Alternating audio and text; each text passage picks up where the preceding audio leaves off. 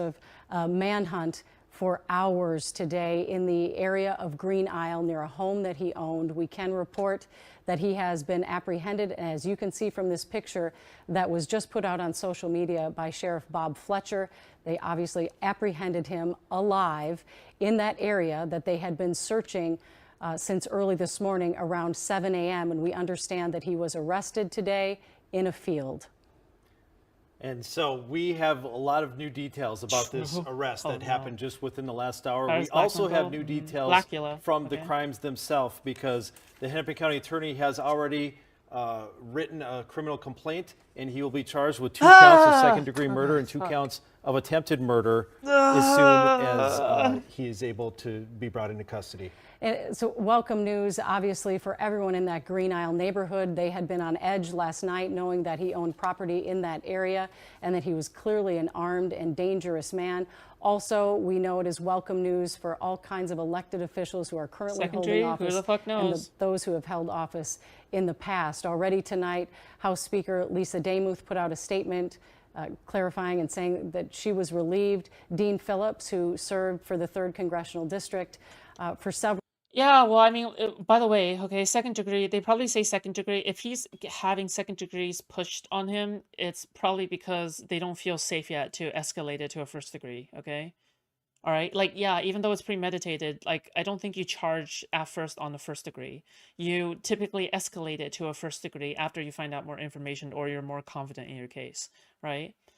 You don't, I don't know how strategic it is to, like, it's generally, maybe it's like normal practice to just like begin with the second degree and then later on escalate it, because I have seen charges escalated before. Like, I have seen that before. So, you know, like, yeah. Several years also tweeted out that he had been on that list, thanking lawmakers for their efforts.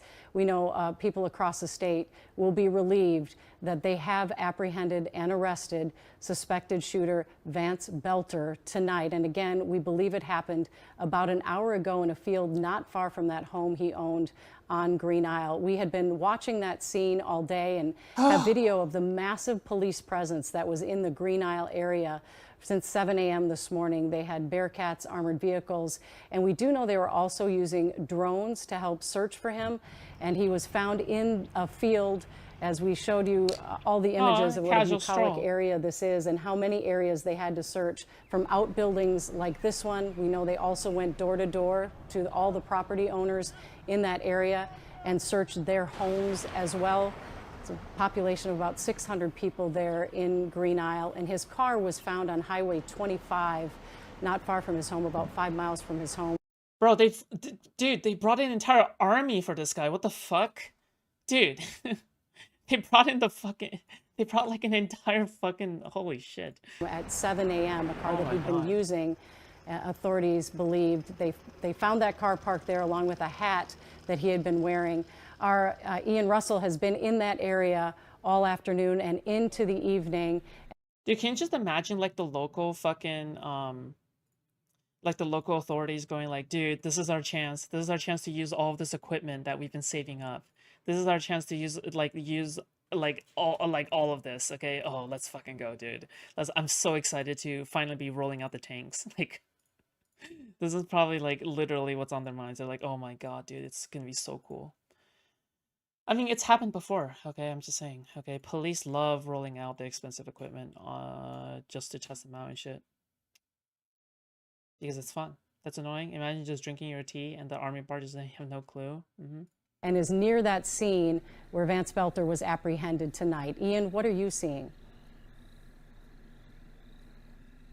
Like the one ship. Well, Julie, things have quieted down quite a bit from just the past 10 minutes or so when all of those law enforcement officials were here wrapping up, arresting and taking into custody Vance Belter. Was just up here at a home on the right side of the road here on 200th Street here, just a little bit, maybe a mile or two or so down the road from Belter's Green Isle home here, where they say they found him in a field. Not far, obviously, from that home where we saw so much law enforcement activity kind of throughout the day, coming into that home, searching around and going door to door. As we were kind of driving around this afternoon and into the early part of the evening, we saw sort of convoys of cars, Bearcats and armored vehicles and squad cars going door to door in this neighborhood.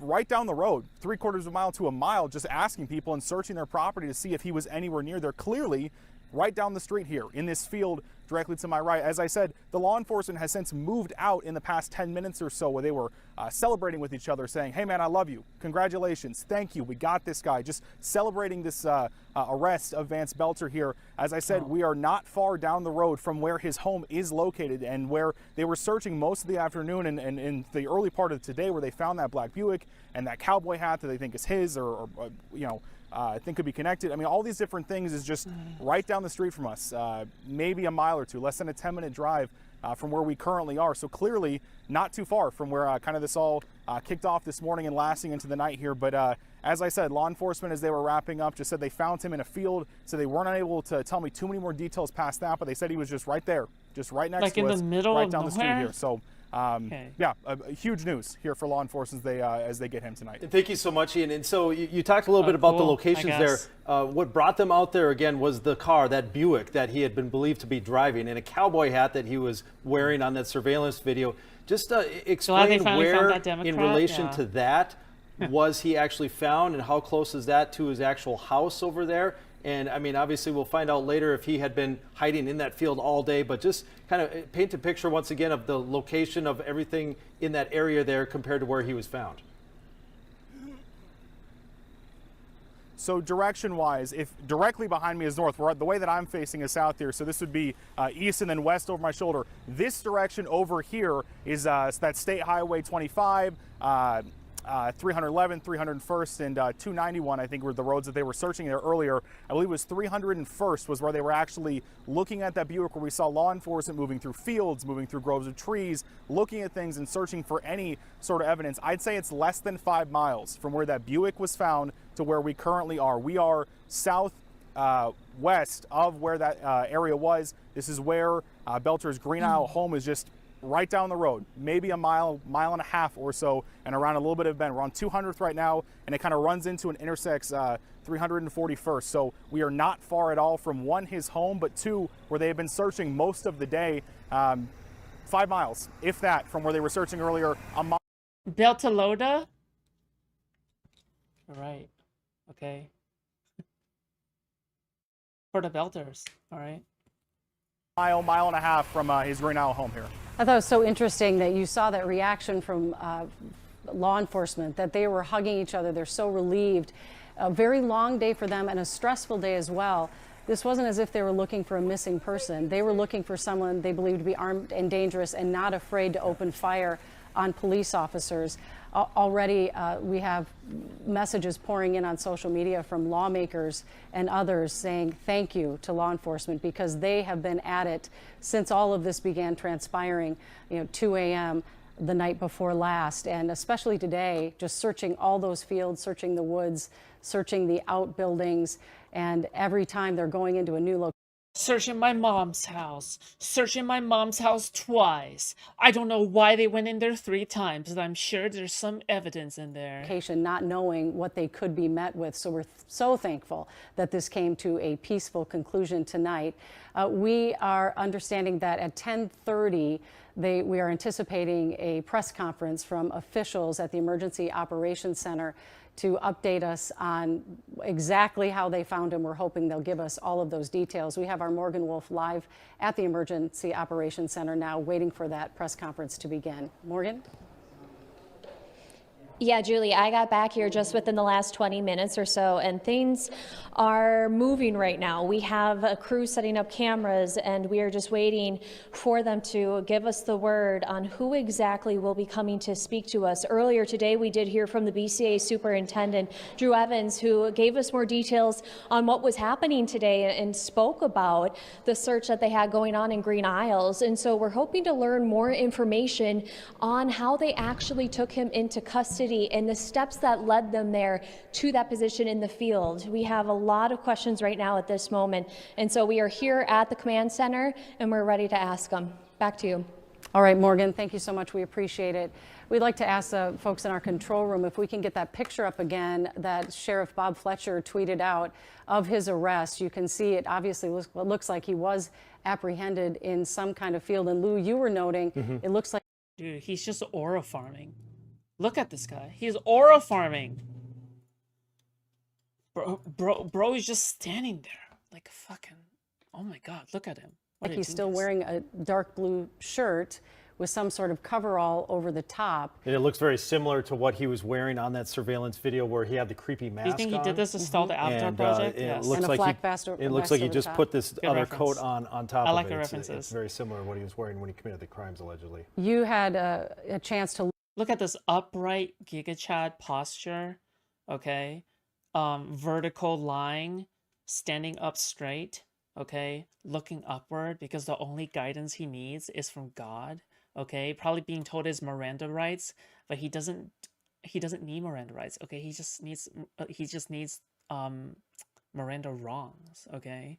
All right, look at him. He's like a fucking Giga Chad. Okay. look over the criminal complaint, and there were some details there about the Brooklyn Park scene and what they found scattered around outside of that scene. Yeah, this criminal complaint gives new details actually all the way from the beginning where the 911 call at 2:05 a.m. came to Champlain police from the Hoffman residence, and it was their daughter who called 911 to report that her parents had been shot by a man wearing a mask. It goes on to say that when Brooklyn Park police heard about the shooting of a lawmaker, they thought, and it repeats here, they called him a Democrat, but he has Vance right in his name. Yeah, legends say he named himself after his final target. that they thought to go check on the Hortman residence. And the details there have been already reported, but some new details that are in here is that inside his vehicle, they found at least 3 AK-47 assault rifles, a 9mm handgun, as well as a list of names and addresses of other public officials. Now, they then went on to search around the area there, and it says they found the ballistic vest that he had basically taken off and left behind, a disassembled 9mm firearm, the mask he was wearing, and a gold police-style badge. They did checks on the gun purchases and found that he had purchased at least 4 of those firearms that had been recovered. That's just so chilling. And I want to take a moment and pause and give great kudos to the Brooklyn Park Police for having the presence of mind to say, that was a lawmaker, let's check on the Hortman's house. Sadly, they couldn't save the Hortmans, but they met that gunman. And possibly prevented him from going to the next place. On to somebody said he had a list or something, like he had a list of people to go after. the names on that list. We know there are about 70. Yep, he had a list. So he was planning to go on a killing spree. Names on that list of current and former lawmakers, and it's just an absolute miracle that they said, you know, we. So yeah, again, right? The fact that he had a list goes to show that it wasn't just like this is why you can't spin this. I was like, oh yeah, he did this because of this specific thing that this person did, right? Clearly he wanted to. Maybe he had some kind of like conspiracy, okay? Maybe he was like, oh, whoa, I don't trust politicians in general. And then you went after them. Who knows? Better go check on Representative Hortman in her home. And these charges are ready to go so that tomorrow he could be charged in Hennepin County with these murder charges. There would be a grand jury convened to upgrade them to first degree because first degree is premeditated murder. And there you go. Somebody said, oh, why is he being charged with second degree, right? So again, you can upgrade the charges. No doubt the facts in here, but the way that it works procedurally is that the second degree is the first thing that they charge. Then a grand jury upgrades it to first degree. And then we'll also look to see if there are federal charges that come as well. Dude, why would he do this when Palestinian children are currently being killed? What the fuck? This is fucked up, dude. It was a false flag clear to make Donald look bad. It was a false flag to make the pro-Palestinian movement look bad, okay? So, and at this point, we know there were lower level federal charges that the U.S. attorney had been looking into, but those could be upgraded as well. Now that he's in custody, of course, all of this is going to start to play out through the courts. We're incredibly grateful that he's in custody tonight, and this had been a story I know that gripped not only people here in our state, but across the country as well. So kudos to our law enforcement officials.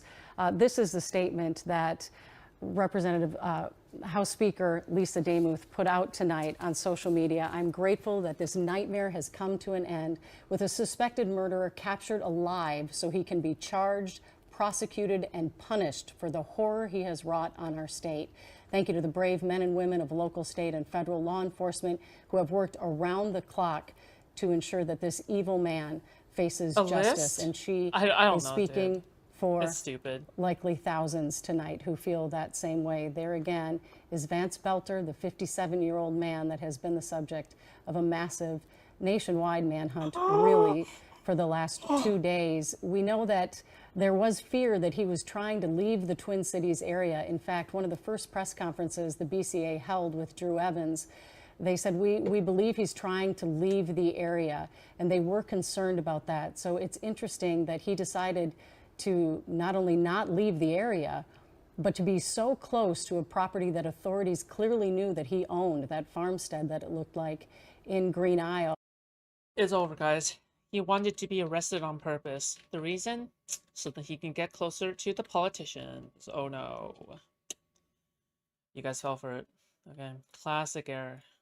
Right after these shootings, that morning, shortly thereafter, there were armored vehicles parked outside that home. So he clearly knew that law enforcement was aware that he owned a property there, and yet here he is tonight, about an hour ago, apprehended only a mile or so from that home. It's hard to believe that he would be able to it. make it back there undetected, because they searched the home yesterday. We were there yesterday when it had a huge law enforcement presence. And then at 6 or 7 this morning, that vehicle was discovered, and the cowboy hat there was no attempt to hide it whatsoever. The car was just pulled off on the side of the road, cowboy hat placed right in front, clearly the same hat that he was wearing on the surveillance video.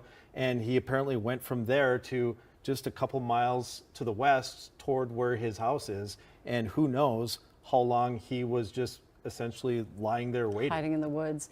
You know, we had talked earlier, and there is that Buick earlier today being towed away from the scene. We know it had Minnesota plates and that it was the subject of what they call a BOLO alert, to be on the lookout for, because law enforcement knew that that was a car that he could be driving. Lou, you did some investigative work and found that it was registered to a different person. It's not under his name, That's at least. correct. It's another person's name, Minnesota man, and we haven't named him because we don't know if he's connected in any way or why that Vance Belter was driving this other man's vehicle. But yeah, it was in another man's name, and throughout this whole thing, they weren't. I mean, his roommate literally said, like, oh, I didn't even know that he was going to do all of these things, right? Like, yeah, that's what he said. Ruling out the possibility that Vance Belter had help. And so this name went out in the Be on the Lookout alert in South Dakota as well. But apparently that vehicle never made it to South Dakota because it was found so close to home. A couple things we learned today as this investigation was ongoing. We also learned from a press conference with authorities that what has been described as a manifesto really wasn't what you might think of as a typical manifesto. When you hear that word, you think someone has written pages and pages out on a particular political ideology that they feel very strongly about. He said it was more, Drew Evans, the head of the BCA, said it was more like a notebook that had all these names listed of current and former politicians. And yeah, it wasn't to declare his intent, okay? It was just simply for himself, I guess. Also some Planned Parenthood locations and thoughts in there that led them to believe he had very strong opinions on the issue of abortion. We did speak with a roommate in his home in North Minneapolis, which is a place where he rented a room because he did some odd jobs around the Minneapolis area and would crash there a couple times a week. And his roommate said that he didn't talk a lot about politics, that he had no idea that Vance Belter, a man he'd known since 4th grade, was capable of this kind of violence, if in fact he is the shooter, as police believe that he is. So he was shocked. But again, that manifesto that we've heard so much about did not appear to be some long written out ideology on. I just want to say, okay, again, his roommate said, oh yeah, this guy's a hardcore Trump supporter. Any particular political topic. One thing that the criminal complaint does add, that he did have addresses for other elected officials. Yeah, liberals love wearing it's with these 70 names, at least other addresses as well of politicians, and that would be the assumption, is that he planned on making more stops after that one. Can you speak at all to the federal charges that might be forthcoming and the penalties involved? Well, so I was in Tucson, Arizona when Congresswoman Gabrielle Giffords was shot, and because she was a congresswoman, a federal politician, they were able to charge a special murder charge in federal law for that. That doesn't exactly exist just because the victims in this case were state lawmakers. However, death note. remember the Luigi Mangione case that recently involved the murder of Brian Thompson? They charged a terrorism charge. He watched Death Note, he tried to copy it, and he realized it didn't work, okay? So he was like, oh, fuck, I guess I gotta do it myself. And they were able to say, because the murder itself was meant... Remember, guys, it's weebs, okay? It's always the weebs. Weebs, sorry, fuck them. Had Planned Parenthood and unalived a Democrat. Yeah, there's no way. Yeah, guys, this is totally lefty, guys. Oh my god. Why would the left be so violent? Why would the left be so violent? To strike fear in others. And so if they want to use something like that, they could apply something like that, and they could seek the death penalty if they choose to do that. All right, so all those charges, of course, will be forthcoming. Cool. Just dropped a casual bombshell there, seeking the death penalty, but okay. All right, guys. I was gonna plan on watching a Mr. Girl segment, but, you know, I think we're done. All right, very good. Very interesting. Okay, I'm glad that we cleared it up that this guy was actually a MAGA person.